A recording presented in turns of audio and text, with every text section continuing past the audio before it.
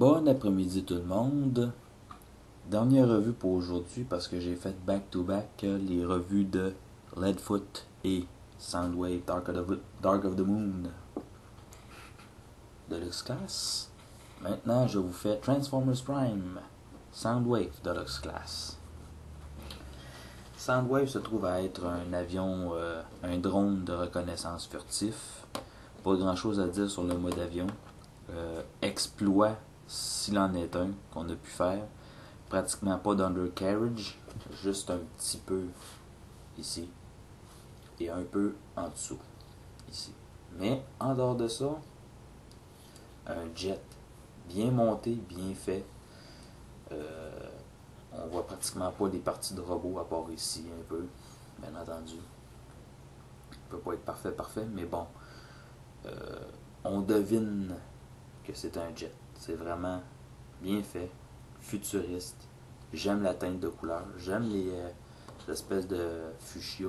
L'espèce de fuchsia qu'on a sur les ailes pour souligner des détails, mettre en évidence les détails. Donc,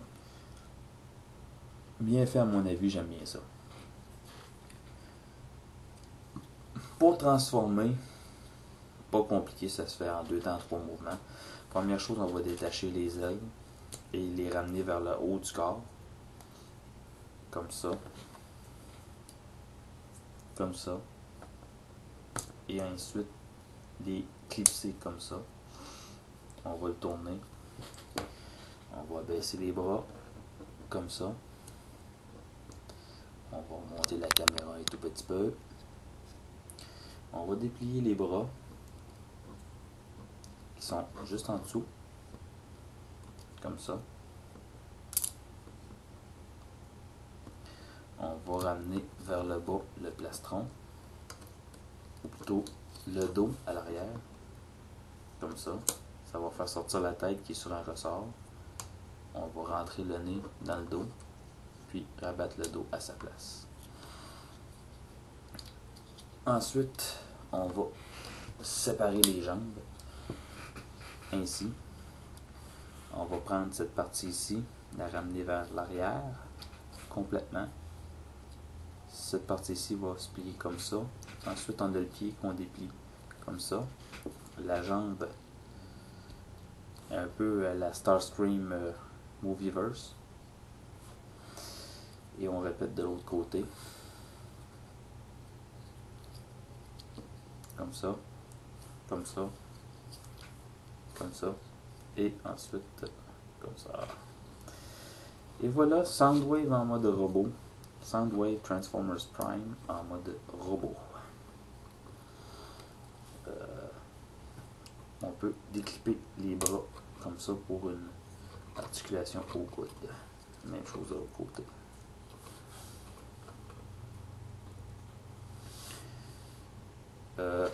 Soundwave vient avec Laserbeak qu'on peut laisser attacher sur son plastron ou le détacher. Sauf que j'aime pas ça comme ça parce que ça fait trop vide, trop creux. Mais pour la cause, bon, Soundwave en mode plastron, plutôt Laserbeak en mode plastron, puis en mode volatile. C'est à peu près n'importe quoi. Mais bon, on a le peg en dessous. Et on peut le clipper comme ça. Et Soundwave a son petit compagnon sur son bras. Amplitude de mouvement, ball joint pour la tête.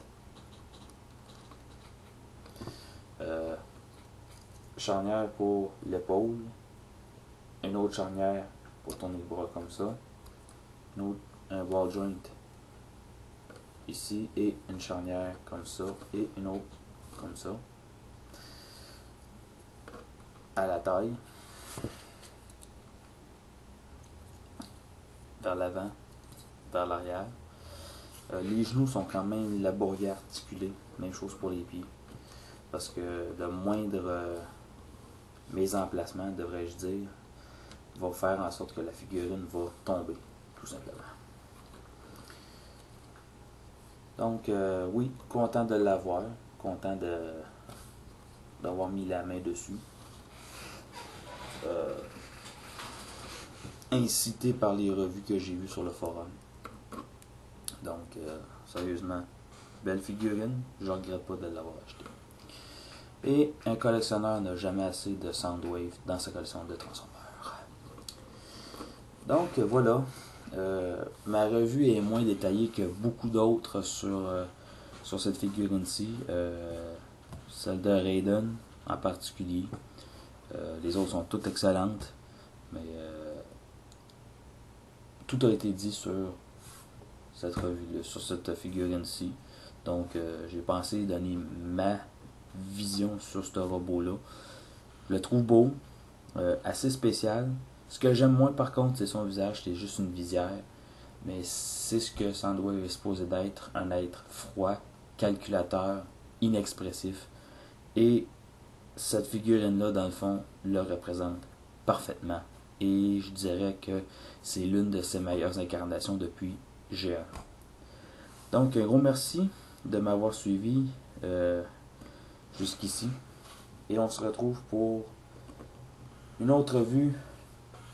D'ici 2 semaines, je devrais recevoir un gros morceau de Transformers, c'est-à-dire le Masterpiece, deuxième version de Rodimus Prime, qui, souhaitons-le vraiment, a su corriger les défauts et les failles de la première version. À la prochaine!